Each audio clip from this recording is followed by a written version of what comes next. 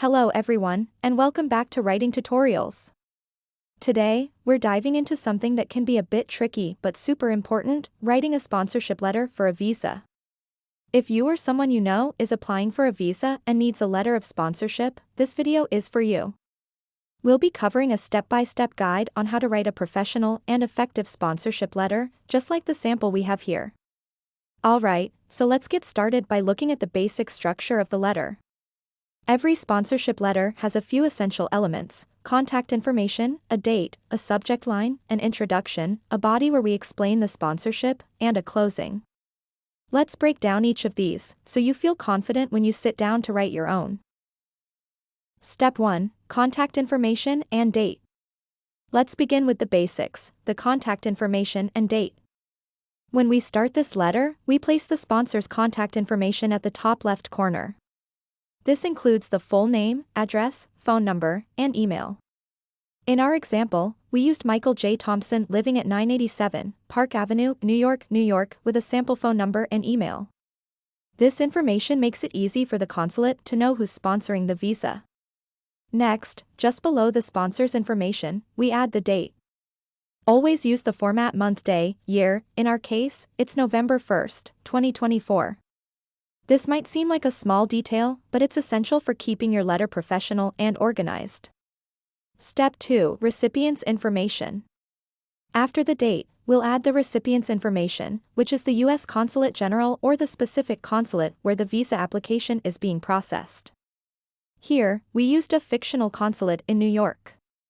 Including the consulate's address makes sure the letter is directed to the correct location and shows that you understand the formalities of a visa process. Double-check the address if you're writing to a real consulate. Step 3. Subject line. Now, we're moving on to the subject line. This should be simple and straightforward. In our example, we wrote subject, sponsorship letter for visa application. This tells the reader exactly what the letter is about before they even get into the details. A clear subject line helps the consulate official reviewing the application to immediately understand what your letter is for. Step 4. Introduction. Next up is the introduction. Here's where you introduce yourself as the sponsor and state the purpose of the letter. This part should be clear, brief, and professional. In our example, we have, I am writing to formally confirm my sponsorship of Emma L. Johnson for her visa application to the United States. This sentence does a few things. First, it shows that Michael, the sponsor, is clearly willing to support Emma, the visa applicant. Second, it clarifies the purpose of the letter in one easy-to-read sentence. After that, the sponsor includes a sentence introducing their relationship to the applicant. In our example, Michael states that Emma is his niece and will be visiting the U.S. for tourism and family visits. By specifying the relationship and reason for the visit, the sponsor provides the consulate with context on the nature of the trip. Step 5. Body of the letter. Alright, now let's dive into the main body of the letter. This section is all about explaining the responsibilities the sponsor is taking on, which is what the consulate cares most about. Here's where you should outline the exact support you'll provide for the applicant. In our sample, we wrote, Emma will be staying with me at my residence in New York, and I will be responsible for all expenses related to her travel, including lodging, meals, health insurance, and other necessary expenses. This sentence directly confirms that Michael is not only hosting Emma but is also financially responsible for her during her stay. For anyone watching, it's a good idea to be specific. List out expenses like food, health insurance, and accommodation. This reassures the consulate that the applicant won't be a financial burden and that their visit is fully covered. You're essentially promising to take care of everything Emma might need. Step 6. Financial capability. Now, this part is crucial. In this next sentence, you want to address your ability to meet these responsibilities financially. Our example states, I am financially capable of supporting Emma throughout her stay, and I have attached my recent financial statements as evidence of my ability to meet these responsibilities. If you're providing financial documents like bank statements or tax returns, mention it here. This step builds trust with the consulate, showing them you're not just promising support but backing it up with proof.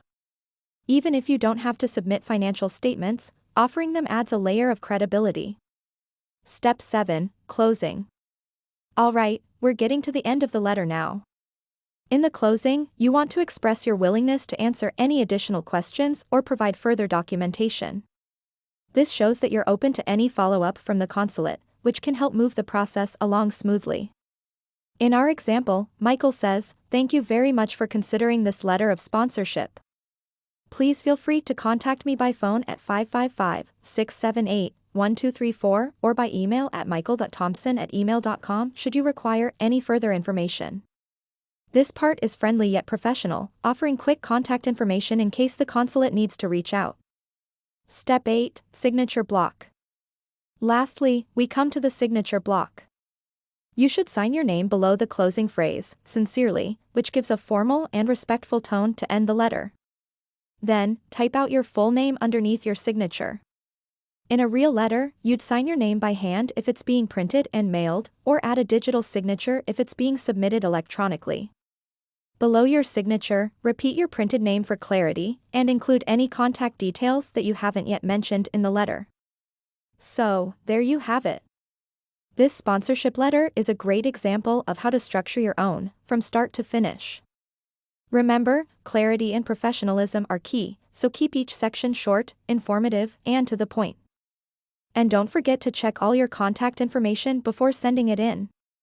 If you found this breakdown helpful, please give this video a like, subscribe to Writing Tutorials. Thanks for watching, and I'll see you in the next one.